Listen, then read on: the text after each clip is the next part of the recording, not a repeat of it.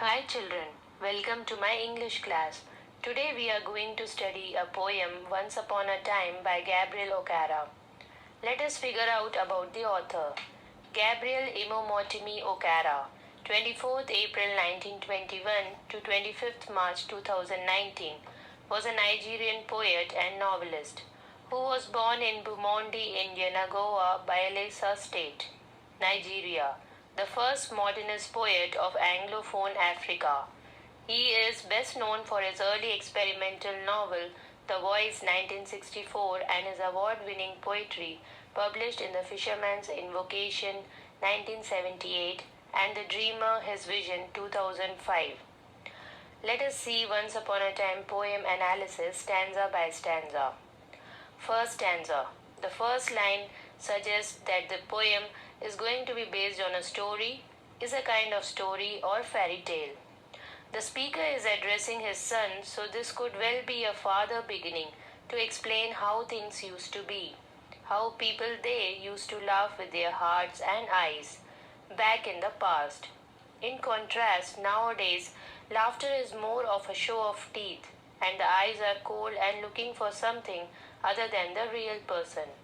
So already the present is being judged by the past, and from what we can gather from these first six lines, the speaker prefers the attitudes of the people from the past.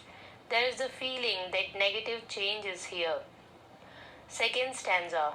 The art of shaking hands has also changed. In the past, a greeting was genuine. A person welcomed for who they were. But nowadays, people shake hands with one eye on your status, your financial status. People are no longer genuinely warm towards others. People are on the make, wanting to get something from you. Third stanza. People invite you round to their homes, making out as if you are important to them. But if you don't measure up socially or your status isn't quite right, you are not invited again. The alienation continues. People nowadays are artificial and fickle because of the change in culture. Fourth stanza. The first three stanzas outline the speaker's perception of changing culture and attitudes and values in his country.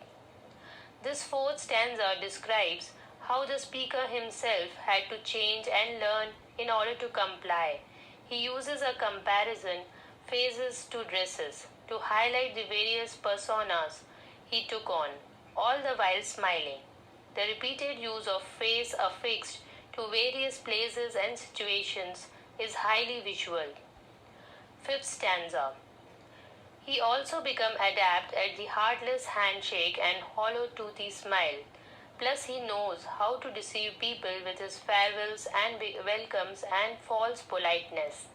Basically, he's saying that he has become an integral part of this new culture. It's been quite an education for him. Sixth stanza. But he is not happy being a conformist. He wants to regain a former innocence the youngster still holds. He wants no part of this new culture and also all these muting things. That word muting means to deaden in this context. What he wants most is to be able to laugh in innocence again. He likens himself to a snake. His teeth hold something toxic, even dangerous. Seventh stanza. He comes clean.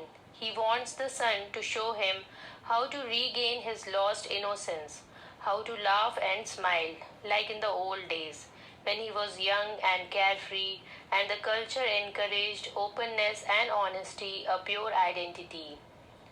Thus, children, the moral we gain from this poem is do not underestimate yourselves by comparing yourself with others. It's our differences that makes us unique and beautiful. Thank you.